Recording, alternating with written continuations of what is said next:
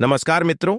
आज की इस कथा से जानेंगे कि कर्म बड़ा या भाग्य। तो मित्रों, इस दुनिया में कर्म को मानने वाले लोग कहते हैं भाग्य कुछ नहीं होता, और भाग्यवादी लोग कहते हैं किस्मत में जो कुछ लिखा होगा वही होकर रहेगा। यानी इंसान कर्म और भाग्य, इन दो बिंदुओं की धुरी पर घूमता रहता है और एक दिन इस जग को अलविदा कहकर चला जाता है। भाग्य और कर्म को अच्छे से समझने के लिए पुराणों में एक कहानी का उल्लेख मिलता है। एक बार देवर्षि नारद जी बैकुंठ धाम गए। वहां उन्होंने भगवान विष्णु का नमन किया। नारद जी ने श्री हरि से कहा, प्रभु, पृथ्वी पर अब आपका प्रभाव कम हो रहा है। धर्म पर चलने वालों को कोई अच्छा फल नहीं मिल रहा। जो पाप कर रहे हैं उनका भला हो रहा है। तो दोस्तों, तब श्री हरि ने कहा, ऐसा नहीं है देवर्षि, जो भी हो रहा है सब नियति के जरिए हो रहा है। तब नारद जी ने बोले, मैं तो देखकर आ रहा हूं, पापियों को अच्छा फल मिल रहा और भला करने वाले, धर्म के रास्ते पर चलने वाले लोगों को बुरा फल मिल रहा है। तब भगवान ने कहा, कोई ऐसी घटना बताओ। नारद ने कहा, अभी मैं एक जंगल से आ रहा हूं।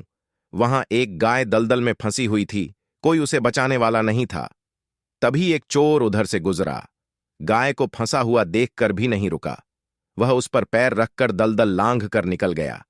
आगे जाकर चोर को सोने की मोहरों से भरी एक थैली मिली। थोड़ी देर बाद वहां से एक वृद्ध साधु गुजरा। उसने उस गाय को बचाने की पूरी कोशिश की। पूरे शरीर का जोर लगाकर उस गाय को बचा लिया, लेकिन मैंने देखा कि गाय को दलदल से निकालने के बाद वह साधु आगे गया तो एक गड्ढे में गिर गया। प्रभु बताइए, यह कौन सा न्याय है?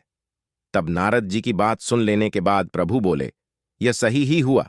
जो चोर गाय पर पैर रखकर भाग गया था, उसकी किस्मत में तो एक खजाना था, लेकिन उसके इस पाप के कारण उसे केवल कुछ मोहर ही मिली। वहीं उस साधु को गड्ढे में इसलिए गिरना पड़ा क्योंकि उसके भाग्य में मृत्यु लिखी थी, लेकिन गाय को बचाने के कारण उसके पुण्य बढ़ गए और उसकी मृत्यु एक छोटी सी चोट में बदल गई। इंसान के कर्म से उसका भाग्य तय होता है।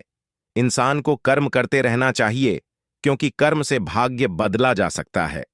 तो दोस्तों, अगर यह वीडियो अच्छा लगा तो हमारे इस चैनल धार्मिक विद्या सागर चैनल को लाइक, कमेंट और सब्सक्राइब जरूर करें। धन्यवाद।